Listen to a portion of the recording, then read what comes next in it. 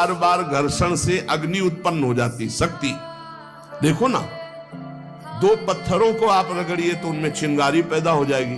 तो दिव्य चिदानंद में नाम जब हमारी जिह्वा पे रगड़ होती है, उसमें ऐसी महान शक्ति जागृत होती, ज्ञान, भक्ति, वैराग्य, विपत्ति, दुख का नाश सब। भगवान कितने समीप है, आपके समीप इतने कि उनसे ज्यादा कोई समीप नहीं है, बहुत नजदीक। जो अनुभव करना चाहो, हमारे प्रभु की यही मानता है। इस खंबे में है तो यही मिलेंगे आपको, और हृदय में है तो यही हृदय में मिलेंगे, और बद्री नारायण में मिलेंगे तो बद्री नारायण में ही मिलेंगे। जहां जैसी भावना करोगे वैसे ही भगवान मिलेंगे, और सर्वत्र है तो सर्वत्र, फिर यहां भी है। नाम जप सब कुछ इसी से प्राप्त हो जाएगा, विश्वास कर लीजिए। तो लोग पूछते हैं कौन सा नाम जप करें, तो पहली बात है कि जो आपके गुरु ने नाम दिया है वो नाम जप करो। यदि आपने गुरु नहीं बनाया तो जो नाम आपको भगवान का प्रिय हो, राम कृष्ण हरि शिव, जो नाम आपको प्रिय हो नाम जप करो। वो आपको गुरु से मिला देगा, गुरु मंत्र दिलवा देंगे, वो आपको भगवत प्राप्ति का सब वही नाम करवा देगा। आप शुरू तो करो नाम जप करना। जिनको सौभाग्य से गुरु मिल गए हैं, अपने गुरु के द्वारा दिए हुए नाम पर आसक्त हो जाओ। और मन का एक स्वभाव है, ये बगल में कुछ लेके चलने का स्वभाव है, गुरु से हटकर कुछ लेके चलने का। ये स्तोत्र ले लें, ये नाम ले लें, ये इसका स्वभाव है। इसी स्वभाव को हटाना है। गुरु ने कहा राम तो राम, गुरु ने कहा राधा तो राधा जीवन, उसी से आप देख लेना सब कुछ प्राप्त हो जाएगा। नाम की बड़ी महिमा है। विभिन्न ग्रंथों में भगवान के विभिन्न नामों को गाया गया है। जो तुम्हें नाम प्रिय लगे, और भगवान के अनंत नाम हैं। सभी भगवान के नाम समान बलशाली हैं, पर विशेषता होती गुरु प्रदत्त नाम में। जैसे गोस्वामी जी को राम नाम सर्वोपरि, चैतन्य महाप्रभु कृष्ण नाम सर्वोपरि, हरिवंश महाप्रभु राधा नाम सर्वोपरि, कोई हर्ज नहीं। उसी एक परम तत्व के अनेकों नाम हैं, जिसको जो प्रिय लगे खूब पकड़ लो उस नाम को, जोर से बार बार उसे जपो। तो जो भगवान का नाम निरंतर रटते उनमें दिव्य शक्ति जागृत हो जाती। जैसे दो लकड़ियों के बार बार घर्षण से अग्नि उत्पन्न हो जाती, शक्ति। देखो ना, दो पत्थरों को आप रगड़िए तो उनमें चिंगारी पैदा हो जाएगी। तो दिव्य चिदानंद में नाम जब हमारी जिह्वा पे रगड़ होती है, तो उसमें ऐसी महान शक्ति जागृत होती, ज्ञान, भक्ति, वैराग्य, विपत्ति, दुख का नाश सब। देखो गोस्वामी जी सरल भाषा में कह रहे हैं, यदि हृदय में और जगत में भी लोक में मंगल चाहते हो, तो अपनी जिह्वा रूपी देहरी पर, जो भीतर और बाहर दोनों को मंगल करेगी, नाम विराजमान कर लो। गोस्वामी जी को प्राण प्रिय है 2 अक्षर राम, ऐसे प्राण प्रिय है हमारा 2 अक्षर राधा। जिह्वा पे विराजमान कर लो, लोक परलोक सब मंगल को प्राप्त हो जाएगा। सर्वत्र भगवत दर्शन, तीसरी बात आई। पहला आया अपने इष्ट के अनन्य, दूसरा कैसे हो, तो बोले निरंतर नाम जप करो, और तीसरा सर्वत्र भगवत दर्शन। ये सर्वोत्तम बात है। चाहे वो चांडाल हो, पशु हो, पक्षी हो, जड़ हो, चैतन्य हो, जहां तुम्हारी दृष्टि पड़े तो उसमें देखने की कोशिश करो, इसमें भगवान श्री हरि विराजमान है। जैसे दूर से पड़ी हुई रस्सी सांप दिखाई देती है, न सांप पहले था ना बाद में रहेगा, बीच में भास रहा है, और बीच में है रस्सी, भास रहा है सांप। ऐसे ही ये संसार पहले नहीं था, बाद में भी नहीं रहेगा, बीच में भास रहा है, और है श्री कृष्ण, है प्रभु, और भास रहा है संसार। ये झूठा भ्रम हो गया, ये स्त्री है, पुरुष है, जड़ है, चैतन्य एकमात्र भगवान बना हुआ है, जो सब में मुझको देखता है और मुझ में सबको देखता है। वो मेरे नेत्रों से कभी ओझल नहीं होगा, मैं उसके नेत्रों से कभी ओझल नहीं होगा। और एक श्लोक आता है कि मैं किसी में प्रवेश नहीं हूं, कोई मेरे में प्रवेश नहीं। वही यहां कह रहे हैं, नहीं आधार नहीं को हरि महा। अब क्या मतलब है इसका?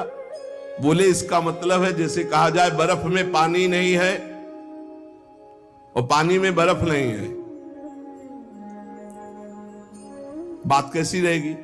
क्योंकि बर्फ ही पानी है, पानी ही बर्फ है, भेद ही नहीं है। तो कहा जाए बर्फ में पानी प्रवेश नहीं कर सकता और पानी में बर्फ प्रवेश नहीं कर सकती, उसकी अलग सत्ता नहीं। बर्फ ही पानी बनी हुई है, पानी ही बर्फ है, कोई अंतर नहीं। तो कह रहे कि नहीं आधार। बोले कैसी बात कर रहे हो? बोले इसलिए कह रहा हूं कि वही है, दूसरा कोई है नहीं। प्रभु किसी में प्रवेश नहीं करते क्योंकि प्रभु ही है पहले से, तो किस में प्रवेश करे? और कोई प्रभु में प्रवेश नहीं कर सकता क्योंकि कोई है ही नहीं, प्रभु ही है। स्वयं हरि जगत बने हुए हैं, सब कुछ ये हरि बैठे हैं। बस ये नेत्रों का हमारा दोष हट जाए, चश्मा बदल जाए, केवल हरि है। सिय राम मैं सब जग जानी, मानी नहीं जानी, जान के देख के।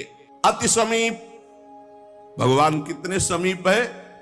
आपके समीप इतने कि उनसे ज्यादा कोई समीप नहीं है, बहुत नजदीक है। इतने नजदीक है कि अपने आप से भी नजदीक हरि है, अपने आप से भी। आप अभी अपने को शरीर मान रहे हैं या मन मान रहे हैं या स्वभाव मान रहे हैं, स्थूल सूक्ष्म कारण तीनों से नजदीक भगवान है। और इतने दूर हैं कि जन्म जन्म लग जाएंगे खोजते हुए, मिलना बहुत कठिन है।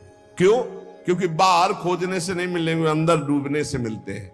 अंदर जो लौट कर डूब गया वो पा गया हीरा, और जो बाहर चाबी घर में खो गए हैं और बाहर जंगल में पूरा जीवन ढूंढो, मिलेंगे क्या? घर में लौटो, अंतर में आओ, बहिर्मुख बात छोड़ो, अंतर्मुख हो करके एक चरणदास चित्त मनंते से अकेले अंदर घुसो। कुछ लेके नहीं जाओगे, प्रेम गलियत साकरी, जितने संबंध सब ये बोझा है, नहीं ले जाओगे अंदर। अंतर्मुख अकेले होकर असंगो हम, और फिर ढूंढो तो मिल जाएगा, वही मिल जाएगा। और जब वो मिलेगा तो ढूंढने वाला नहीं रहेगा, केवल वही वो है जो अनुभव करना चाहो।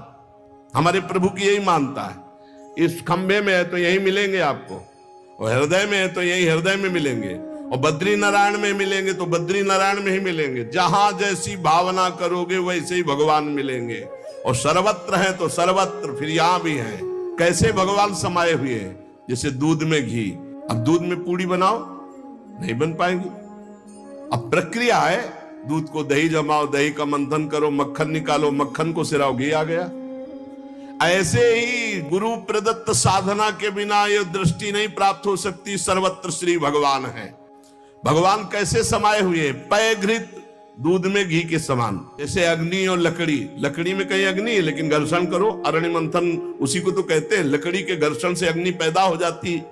जैसे एक छोटे से बीज में पूरा वृक्ष है, उसकी डाल भी है, उसका पत्ता भी है, उसका फल भी है, लेकिन उसको जब आप भूमि पर प्रक्रिया से गाड़े, बीज अंकुरित हो, तब आपको यह अनुभव में आएगा। आनंद समुद्र भगवान ही सब रूपों में व्याप्त है। एक बार यह दृष्टि आ जाए कि सर्वत्र भगवान है, वो भव समुद्र से पार हो गया। पर इस दृष्टि में बड़ा धैर्य की जरूरत है, क्योंकि जहां आपकी दृष्टि हुई तहां माया अपना रंग शुरू कर देगी। जब देखने चलोगे ना भगवान को, तो ये द्वंद अपना आक्रमण करेंगे। कभी सुख फंसा लेगा, कभी दुख, कभी लाभ, कभी हानि, कभी मृत्यु का भयावा, कभी मान, कभी अपमान। जो इन सब में भगवान को देखता है वही निकल पाएगा। बड़ा कठिन है जब कोई अपमान करे उसमें भगवान देखे। बड़ा कठिन है जब कोई मारने आवे, कोई कहे आओ भगवान मार दे आके। ऐसा बड़ा कठिन है। कोई हमें गाली दे, हानि करे, तिरस्कार करे, हम उसमें भगवान देखें, लेकिन है भगवान। बहुत कठिन है। भगवान एक ऐसी स्थिति दे तभी होता है, नहीं तो ऐसे। अब नामदेव जी ने जब कुत्ते में भगवान को देख लिया, भूत में भगवान को देख लिया, तो एक भगवान से सख्य भाव से बात करने लगे। एक दिन कहा, विठ्ठल भगवान, पांडुरंगा, आपकी कृपा से अब मैं सब में आपको पहचान लेता हूं। भगवान ने कहा सही। बोले आप किसी भी रूप में छुपो, अब हम आपको पहचान लेंगे।